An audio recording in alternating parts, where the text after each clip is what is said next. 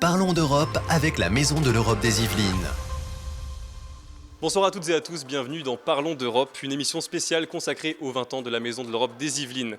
Vous en avez sûrement une à côté de chez vous, il y en a une trentaine en France, mais de quoi s'agit-il, comment sont-elles nées et à quoi servent-elles? Je suis avec Corentin Alonso. Bonjour Mathis, il y en a une trentaine partout en France, à Saint-Germain-en-Laye, Paris, Besançon, Nice, Évreux, Nantes ou encore Perpignan. Ce sont des associations reconnues d'utilité publique. Alors leur but, faire vivre l'Europe sur tout le territoire, animer la réflexion sur l'Europe et réduire le fossé existant entre les institutions européennes et les citoyens. Elles sont nées à la fin des années 40 pour promouvoir les liens entre les différents peuples européens. Aujourd'hui, elles sont le relais des institutions sur le territoire. L'Union européenne, c'est un objet politique complexe. On le sait, les maisons de l'Europe sont là pour vous aider justement à l'analyser, à la comprendre, mais aussi à pouvoir vous faire votre propre avis dessus. Elles organisent des débats, des soirées pour échanger sur ces thèmes. Alors pour résumer, concrètement, les maisons de l'Europe font un travail d'éducation populaire à la citoyenneté européenne. Elles participent également à des projets avec d'autres maisons de l'Europe partout dans l'Union, situées dans d'autres pays. Alors je crois Corentin qu'il y a aussi des centres d'information Europe Direct. Alors oui, la moitié des maisons de l'Europe sont labellisées Centres d'information Europe Direct. Alors c'est un label décerné par la Commission européenne. Ils font office de relais entre les institutions européennes et l'échelon local en informant sur les décisions politiques qui ont été prises au niveau européen. Alors en tant que citoyen européen, vous avez probablement des questions et des préoccupations concernant l'Union européenne. Ces centres accueillent tous ceux qui se posent des questions, le fonctionnement de l'Union, sur les actions ainsi que sur les financements notamment. Ces centres, ils offrent un service d'information gratuit et sont à même de donner des conseils et de répondre à des questions sur tout ce qui concerne l'Union européenne. C'est là-bas que, par exemple, vous pouvez trouver votre information sur votre prochain voyage Erasmus, par exemple.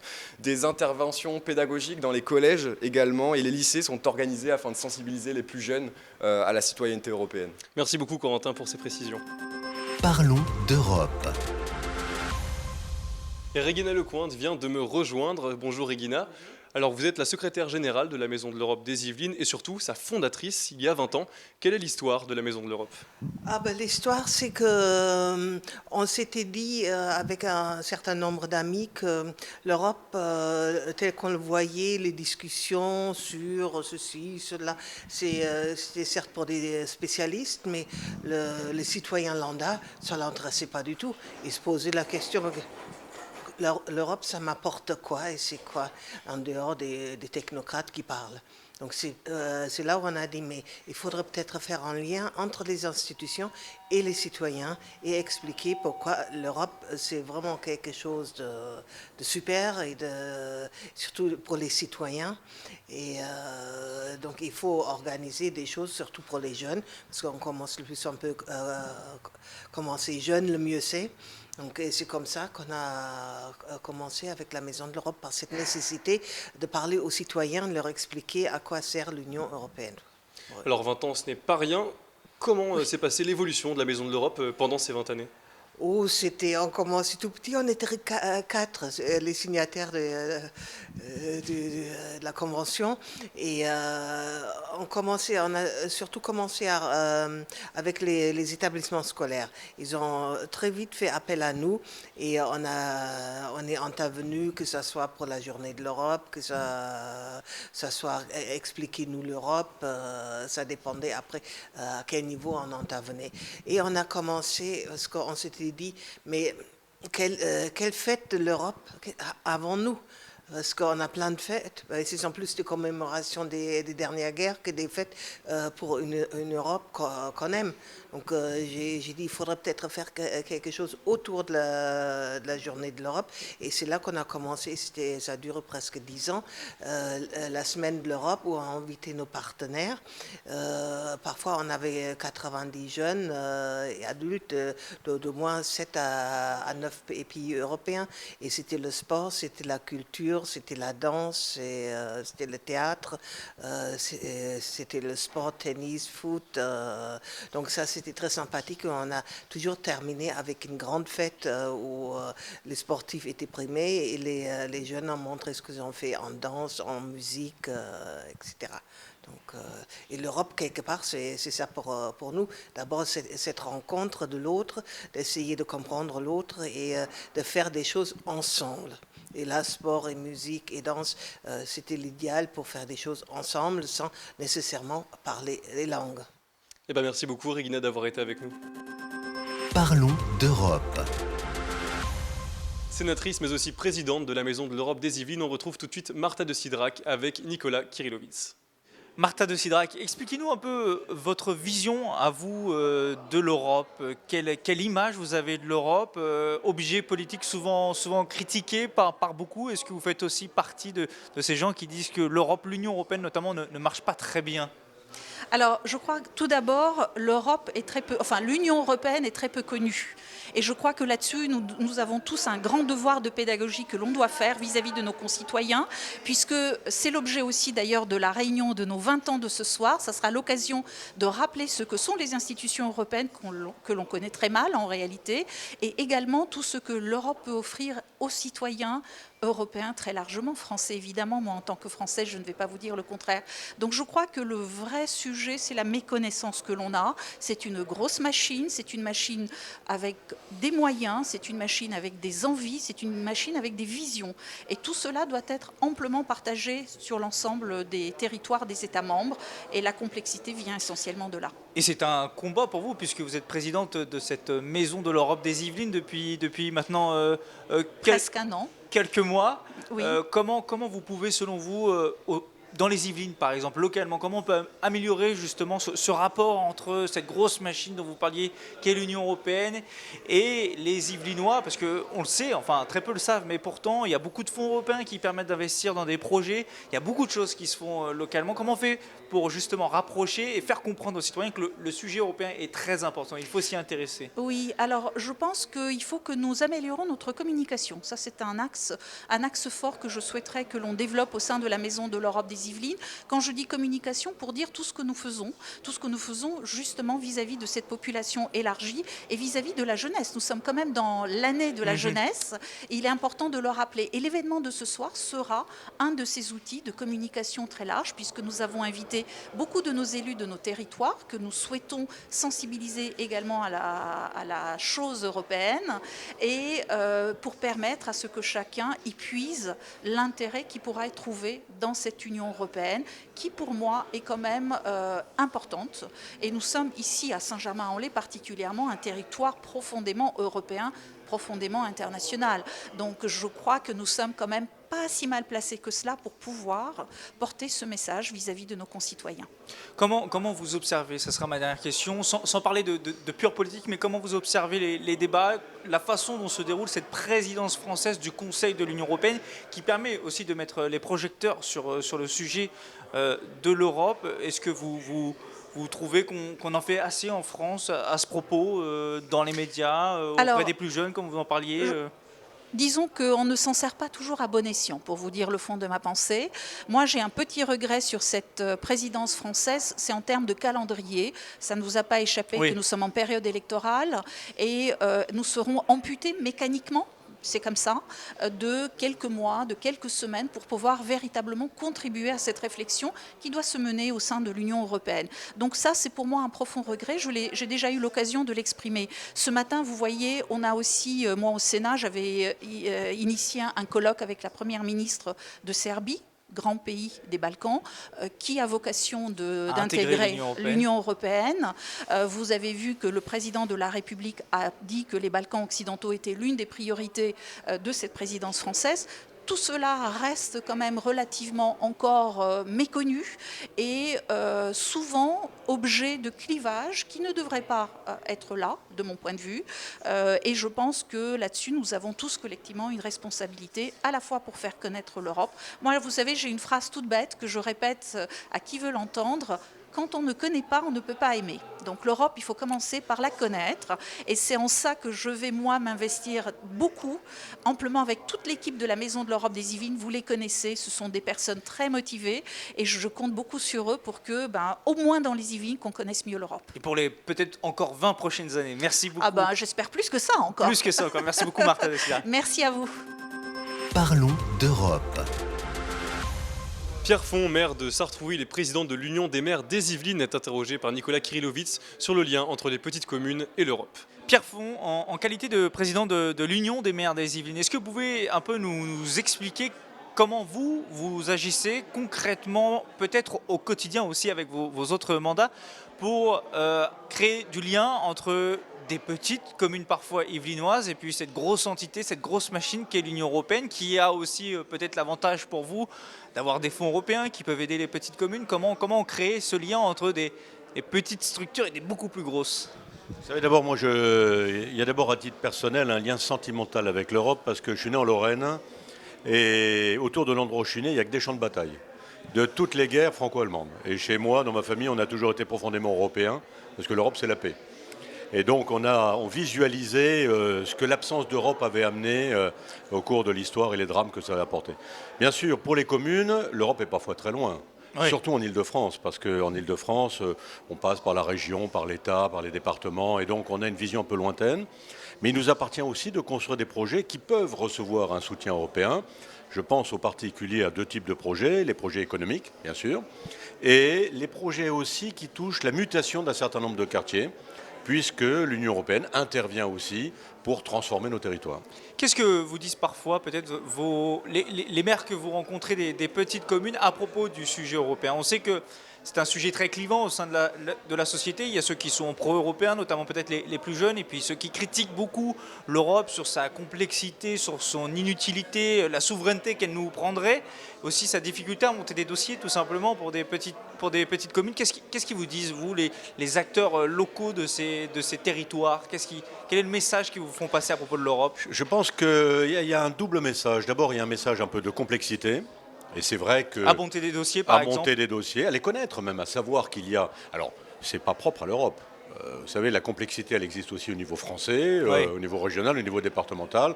C'est comme ça, monter des dossiers de demande de subvention, c'est difficile, c'est complexe. Et plus la commune est petite, plus ses moyens sont limités, et donc vous avez une difficulté là-dessus. Et puis, c'est aussi, je pense que c'est propre à la France, c'est aussi beaucoup d'ignorance sur ce qui se fait à l'Europe. Vous voyez, c'est une sorte de distance oui. Qui nourrit des fantasmes, qui nourrit le fait de peut-être une incompréhension. Et je pense qu'on a à travailler, la Maison de l'Europe, c'est ça aussi, on a à travailler sur une meilleure connaissance de ce qu'est l'Europe. Alors, paradoxalement, on le sait tous parce que nous sommes tous jumelés avec des communes européennes. Oui. Et cette pratique du jumelage est très ancienne. Alors, ça ne passe pas par l'Europe en tant qu'institution, mais ma ville, par exemple, est jumelée avec une ville grecque, une ville portugaise, une ville allemande. Et ces échanges... Ce qui nourrit peut-être des voyages parfois ou des échanges entre... Des voyages et puis en même temps des échanges sur des projets et puis en même temps le plaisir d'être ensemble. C'est ça aussi l'Europe. Et le fait qu'on remarque tous cette grande proximité en termes de civilisation qui nous unit. Donc et puis c'est pas des territoires très lointains. Donc il y a des choses communes. Voilà. Maintenant il y a à surmonter l'idée de complexité. Et les intercos, ça peut être pour ça, la région aussi, pour pouvoir monter des dossiers d'aide, de financement sur des sujets d'assainissement, d'aménagement du territoire, de développement économique, enfin voilà, tous ces sujets-là. Il y a aussi peut-être des rencontres organisées, des débats au sein des collectivités, auprès des plus jeunes aussi, comment on peut favoriser le lien entre l'Union européenne et cette jeunesse, l'intéresser, on sait, ça peut être compliqué de l'intéresser à la politique parfois, alors au sujet de l'Union européenne peut-être encore plus, comment on peut essayer de réussir cela? Moi je crois que c'est aussi au niveau du déroulement des études. Il y a dans beaucoup de communes maintenant des services ou des bureaux qui sont montés d'orientation, oui. D'information. Bon. Dans le post-bac, de plus en plus, il y a des cursus à l'étranger. Et ces cursus peuvent être européens. Il y a tous les dispositifs d'aide, de stage, de formation européenne. Et énormément de jeunes, quelle que soit leur formation, sont très friands. Parce qu'ils savent bien que leur vie professionnelle et même leur vie culturelle va se dérouler dans ce cadre européen. Et là, il y a aussi à faire connaître ces dispositifs qui permettent à un jeune de notre territoire, après le bac, de continuer dans une école, une université française, avec des parties qui vont se dérouler à l'étranger, notamment dans l'Europe. Merci beaucoup Pierre Font. Merci beaucoup. Parlons d'Europe avec la Maison de l'Europe des Yvelines sur Sensation, avec le soutien financier de l'Union européenne. une émission qui s'inscrit dans le cadre de la conférence sur l'avenir de l'Europe et de la grande consultation citoyenne qui est actuellement en cours. Vous êtes d'ailleurs invité à donner votre avis et partager vos idées sur la plateforme numérique futureu.europa.eu. Thème de ce numéro, les institutions européennes. On a parfois du mal à s'y retrouver, comme a pu le constater Maïe Lobin, qui est allé vous poser la question. Je sais qu'il y a le Parlement, qu'il y a la Commission européenne et qu'il y a le Conseil des ministres européens. Non, franchement. Non. À Strasbourg et à Bruxelles, oui, voilà. Le Parlement européen. Oh non, très mal. Vous pourriez pas m'en citer ? Non. Il y a la Commission, qui malheureusement n'est pas élue, donc c'est pas très démocratique. Il y a une présidente de la Commission, voilà. Et puis il y a, alors moi j'appelle ça l'Assemblée, mais c'est la, je sais pas comment on dit, enfin la réunion de tous les députés européens qui ont été... Le Parlement ? Ah voilà, le Parlement européen bien sûr. C'est vrai qu'en fait c'est super difficile comme question. Le Parlement européen, super, et puis c'est tout quoi. Non. Non. Moi non plus. Conseil de l'Europe, Parlement européen, je sais pas, la présidence européenne. Est-ce que vous connaissez au moins leur rôle par exemple ? Non, très mal. Fédérer tous les pays et trouver des solutions ensemble. La Commission européenne qui est à Bruxelles, c'est celle qu'on connaît le mieux, c'est un peu l'organe exécutif. On a du mal à comprendre à quoi elle sert. Pour beaucoup, le rôle et le fonctionnement des institutions européennes est parfois flou, on vient de le voir. Mais pas d'inquiétude, notre journaliste Nicolas Kirillovitz est avec nous pour nous éclairer sur le sujet. Bonsoir Nicolas. Bonsoir Mathis. Effectivement, je vais essayer de vous aider. Il y a 7 institutions européennes. La première, peut-être la plus importante politiquement, c'est le Conseil européen. Il réunit les chefs d'État et de gouvernement de l'Union européenne. 27 pays aujourd'hui depuis le départ de la Grande-Bretagne et le Brexit. Le Conseil européen, le Conseil aussi, on l'appelle parfois, il fixe les grandes orientations politiques de l'Union européenne. Aujourd'hui, il est présidé par l'ancien Premier ministre belge Charles Michel. En résumé, le Conseil européen, c'est l'instance suprême qui se concentre sur les grandes orientations politiques et générales de l'Union européenne. Un peu comme si vous aviez en réalité 27 Emmanuel Macron qui se réunissaient pour décider de l'impulsion à donner aux politiques européennes et qui tranchent aussi en cas de blocage persistant entre les institutions. À côté de ce Conseil européen, il y a la Commission européenne. Elle est gardienne des traités de l'Union européenne. Elle défend les intérêts de l'Union européenne. Parfois, au Conseil européen, ce sont un peu les égoïsmes nationaux qui jouent. Là, avec la Commission européenne, ce sont vraiment les intérêts de l'Union européenne qui sont défendus. La Commission européenne est la seule à être dotée de l'initiative législative dans le domaine des compétences de l'UE, contrairement à la France, par exemple, où les parlementaires, eux, peuvent faire des propositions de loi. Là, c'est seulement la compétence de la Commission européenne, aujourd'hui présidée par l'Allemande Ursula von der Leyen. Et il y a 27 membres de cette Commission européenne, un pour chacun des pays. Aux gros pays, les grosses commissions, généralement ça marche ainsi. Le Français Thierry Breton est en charge du marché intérieur. C'est lui qui était responsable des législations sur le numérique qui doivent permettre à l'Europe d'être un peu plus indépendante sur le sujet vis-à-vis des géants du numérique américains et chinois. Alors vous nous en avez cité 2, mais il y a aussi, je crois, le Conseil de l'Union européenne, Nicolas. Tout à fait, le Conseil de l'Union européenne, à ne pas confondre avec le Conseil européen dont j'ai parlé au début. Le Conseil de l'Union européenne, lui, il réunit les ministres de chacun des États membres pour voter les lois proposées par la Commission européenne. J'espère que vous suivez pour l'instant, Mathis. C'est difficile. C'est un peu compliqué. Donc le Conseil de l'Union européenne est co-législateur avec le Parlement européen. Le Conseil de l'Union européenne se réunit selon les compétences de chacun des ministres. S'il y a un sujet des transports, ça va être les 27 ministres des transports des pays membres de l'UE qui vont se réunir pour amender peut-être ou modifier les propositions de loi de la Commission européenne. Et je vous le disais, il fait cela en parallèle avec le Parlement européen que l'on connaît un peu mieux. Ils sont 705, ces parlementaires européens qui, eux, agissent donc en co-législateur avec le Conseil de l'Union européenne. On peut citer les autres trois grandes autres institutions de l'Union européenne. Il y a la Cour de justice de l'Union européenne qui est chargée d'examiner la légalité des actes européens. Là, c'est un peu plus complexe, mais il y a cette Cour de justice de l'Union européenne. Il y a aussi la Banque centrale européenne, présidée par Christine Lagarde, qui est en charge de gérer la monnaie unique des 19 membres de la zone euro. Et puis, il y a la Cour des comptes européenne qui marche comme la Cour des comptes en France. Voilà. Merci beaucoup, Nicolas. Vous êtes perdu ou pas, Mathis? Je pense que j'y vois un peu plus clair, en tout cas. Merci beaucoup pour ces précisions. Parlons d'Europe avec la Maison de l'Europe des Yvelines sur Sensation, avec le soutien financier de l'Union européenne. Et on va revenir en France à présent pour s'intéresser aux relations entretenues par notre Parlement et plus particulièrement le Sénat avec les institutions européennes et nos voisins européens. Corentin Alonso est avec le sénateur Jean-François Rapin, président de la Commission des Affaires européennes. Vous êtes sénateur du Pas-de-Calais et vous êtes le président de la Commission des Affaires européennes du Sénat. Il y en a aussi une autre Commission des Affaires européennes à l'Assemblée nationale, présidée par la députée Sabine Thilaye. Quel sont le rôle de ces deux commissions ? D'abord, ces deux commissions, elles sont définies et elles existent parce que la Constitution l'a décidé. Donc, elles ont aujourd'hui un rôle à la fois d'information auprès des différentes chambres dans lesquelles elles sont, aussi bien le Sénat que l'Assemblée nationale, auprès des collègues sur l'actualité, sur l'information européenne et notamment sur les textes qui sortent. Elle a aussi un rôle de contrôle. Elle a un rôle de contrôle des textes au travers ce qu'on appelle la subsidiarité, la proportionnalité, puisqu'elle elle précise finalement si les textes européens sont tout à fait conformes au plan de la subsidiarité et de la proportionnalité avec ce qu'attendent les États membres et comment ils les reçoivent. Ça, c'est le premier point.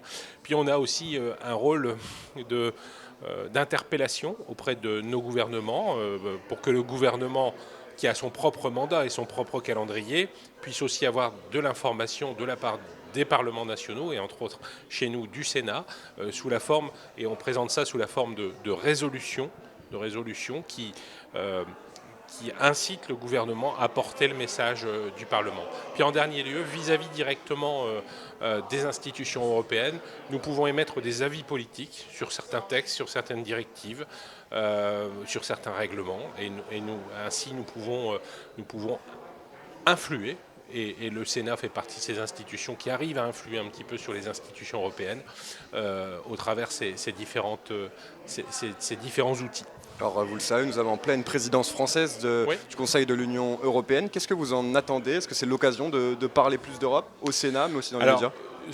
Je ne sais pas si ce sera l'occasion de parler plus d'Europe. En tout cas, c'est une charge de travail complémentaire pour les deux chambres parlementaires, puisque nous animons bien sûr des réunions qui sont propres aux institutions telles qu'elles sont établies, et entre autres je pense à la COSAC, qui est la conférence des organes chargés justement de ces affaires européennes, et donc nous sommes réunis sous deux formats avec des membres de chaque commission des parlements nationaux qui travaillent sur les sujets européens.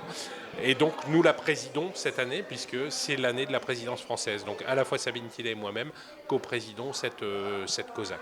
Après, il y a des événements parlementaires qui sont proposés. Alors bien sûr, on a reçu, nous, la COSAC des présidents. Les présidents des chambres parlementaires des 27 sont venus à Paris et en visio. Et nous essayons dès lors de constituer, de réunir tout le monde, mais sous l'autorité de la France. Voilà, donc c'est une charge de travail complémentaire, administrative, diplomatique, mais c'est aussi un beau challenge. Est-ce que les médias et les politiques maîtrisent-ils suffisamment les sujets européens? C'est très difficile. C'est très difficile. J'ai organisé récemment au Sénat une table ronde justement pour à la fois échanger avec les médias nationaux, mais aussi les médias européens sur la façon dont nous pourrions mieux les uns et les autres communiquer. C'est sûrement de notre faute. Les sujets européens paraissent très éloignés de nos citoyens, et forcément, si c'est éloigné des citoyens, ça intéresse beaucoup moins la presse. Néanmoins, il y a des choses quand même essentielles, très importantes. Je rappelle que l'Europe a des compétences quasi exclusives sur l'agriculture, sur la pêche, en droit transfrontalier. On a des sujets qui sont des sujets de migration aujourd'hui et avec un rôle très important, de plus en plus important qui doit être joué par l'Europe. Donc tous ces sujets devraient intéresser plus. Peut-être qu'on en parle aussi, nous, on n'a pas su à un certain moment vulgariser le message européen. Quand je dis vulgariser, ce n'est pas péjoratif. C'est comment porter le message européen à la portée de tous nos concitoyens. Comment rapprocher l'Europe des citoyens. Comment faire ce concept que je défends dans beaucoup de mes allocutions, le contexte d'Europe à la maison. Alors justement, quelles sont les pistes pour essayer d'améliorer ce sujet, puisque c'est quand même quelque chose d'important pour la démocratie ? Dans les deux sens, c'est-à-dire que les politiques doivent faire beaucoup de pédagogie. L'Europe, c'est de la politique, l'Europe, c'est de la diplomatie, mais l'Europe, c'est aussi de la pédagogie, c'est beaucoup de pédagogie de notre part, les élus. Et puis les médias ont peut-être aussi une réflexion sur la façon dont ils doivent présenter les sujets européens et les rendre beaucoup plus, à la fois plus concrets, mais plus accessibles. Merci beaucoup Jean-François Rapin.